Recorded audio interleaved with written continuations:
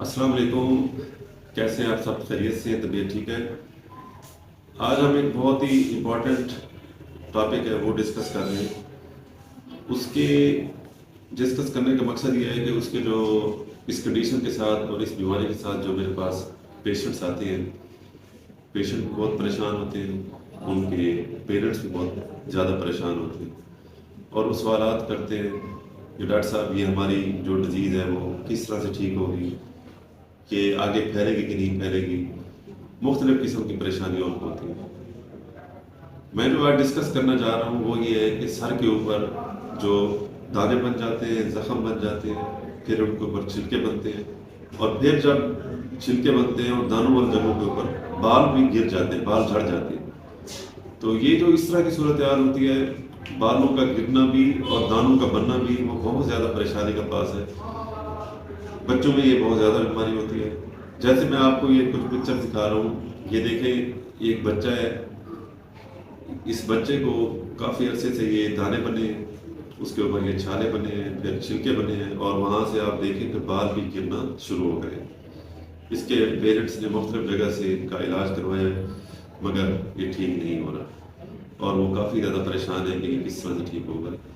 تو مجھے اس بیماری کے بارے میں، اس کے بارے میں ڈیٹیل بتانا، تھوڑا سا اس کا علاج کا بتانا اور اس کی وجوہات کا بتانا میں نے ضروری سمجھا ہے، کیونکہ وہ اکثر میرے سے سوالات بھی کرتے ہیں کہ ڈاکٹر صاحب اس کا علاج کس طرح سے ہے، تو وہ بھی میں آپ کو آگے ڈسکس کرتا ہوں۔ اور اسی کے ساتھ میں آپ کو دوسری بھی پکچر دکھاتا ہوں۔ یہ دیکھیں، یہ ایک بچی ہے، تقریباً 8 سے 10 سال کی ہے، اس کے بھی سر کے اوپر یہ دانے بنے ہیں، اور آپ دیکھیں کہ بال بھی گر رہے ہیں اور سوجن بھی ہو گئی ہے اور انفیکشن ہے کافی زیادہ۔ یہ اس طرح کی جب صورتحال ہوتی ہے، اس کو پراپرلی ٹریٹ کروانا، پراپرلی علاج کروانا، پراپر اس کا مینجمنٹ کروانا بہت ضروری ہوتا ہے۔ جو پیشنٹ میرے سے سوالات کرتے ہیں، ان دونوں تصویروں کو، ان دونوں بیماریوں کو جو میں نے آپ کو دکھایا ہے، وہ کہتے ہیں ڈاکٹر صاحب یہ کس وجوہات کی وجہ سے ہوئی ہے۔ پہلے میں آپ کو ان سے کچھ بتاتا ہوں۔ یہ مختلف اس کی وجوہات ہوتی ہیں۔ کچھ پیشنٹس کو یہ بیکٹیریا کا انفیکشن ہوتا ہے سر کے اوپر، بیکٹیریل انفیکشن کی وجہ سے ہوتے ہیں۔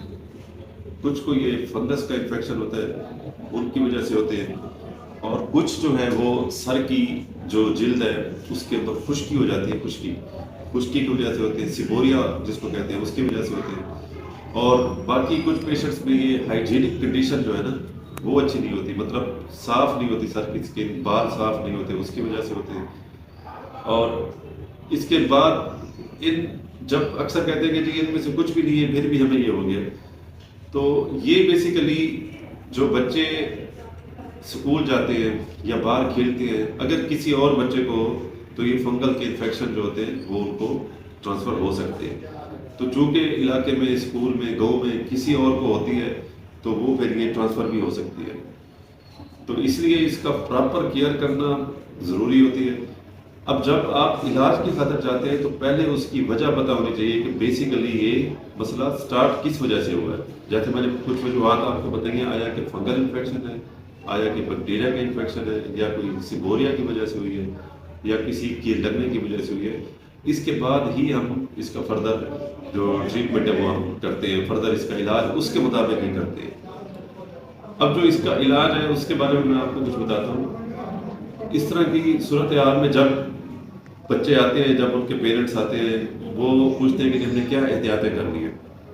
سب سے پہلے جو احتیاط کرنی ہے وہ یہ ہے کہ جلد کو، سر کی جلد کو صاف رکھنا ہے، اس کی ہائیجین اچھی رکھنی ہے، اس میں کسی قسم کی میل نہ ہو، بچوں کو مطلب جراثیم جیسے میل والے ہوتے ہیں وہ نہ ہو۔ دوسرا یہ ہے کہ اگر بیکٹیریا کا انفیکشن ہوگا تو ہم اس کو اینٹی بائیوٹکس دیں گے، وہ ہم دیکھتے ہیں، سارا معائنہ کرتے ہیں، اس کے بعد اس نتیجے پہنچتے ہیں کون سے۔ اور اگر فنگس کا انفیکشن ہوتا ہے تو ہم اس کو فنگس کی میڈیسن دیتے ہیں۔ اور اگر اس کے بال بڑے ہوتے ہیں تو ان کے بال چھوٹے کروانا ضروری ہوتا ہے، کیونکہ یہ بال جتنے بڑے ہوں گے وہ لوشن جو ہم اپلائی کرواتے ہیں، کریمز جو ہم لگاتے ہیں، وہ صحیح جذب نہیں ہوتی، تو بال چھوٹے کر لینے چاہیے۔ جتنے چھوٹے ہو جائیں گے بال تو اتنی جلدی یہ اپلیکیشن اچھی ہو جاتی ہے۔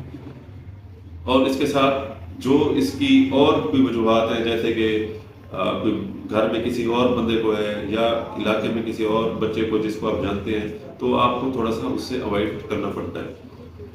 اب جو گھر کے اندر ایک آپ نے احتیاط کرنی ہے وہ بہت اہم ہے، اس کو آپ نوٹ کر لیں، اس کو آپ ضرور کوشش کریں کہ اس کے اوپر عمل کریں۔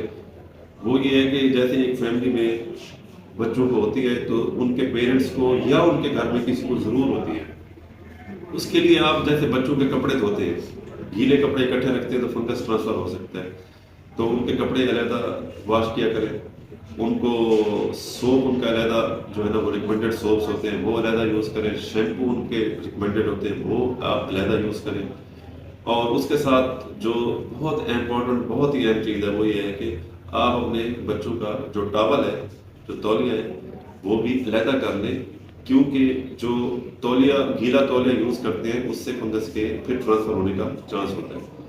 تو یہ میں نے آپ کو یہ جو جراثیم ہوتے ہیں کہ ٹرانسفر ہو جاتے ہیں، یہ میں نے آپ کو اس لیے ساری ڈیٹیل بتائی ہے کہ احتیاط کریں گے، پراپرلی میڈیکیشن کریں گے تو یہ مسئلہ قابل حل ہے، اس میں یہ پریشان نہیں ہونا، یہ قابل علاج قابل حل جو ہے نا کنڈیشن ہے۔ کافی پیشنٹس ہم نے اس بیماری کے الحمدللہ پہلے بھی ٹھیک کیے ہیں، اور اگر پراپر ٹریٹمنٹ کی جائے تو یہ 100% ٹھیک ہو جاتا ہے۔ السلام علیکم۔